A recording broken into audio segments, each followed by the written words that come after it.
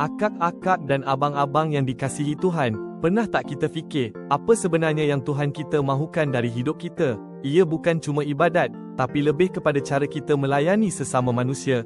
Ini asas kepada ajarannya. Tuhan kita ni, dia memang adil dan mahu kita pun hidup adil dalam setiap aspek kehidupan. Tak kira siapa pun kita, adil itu memberikan setiap orang hak mereka, tanpa pilih kasih.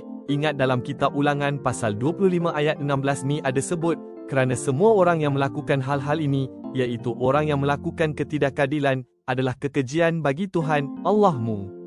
Ayat ni ingatkan kita seriusnya Tuhan tentang keadilan. Jadi, ini bukan cuma tentang undang-undang, tapi tentang memiliki hati yang bersih, penuh kasih sayang sejati dan belas kasihan.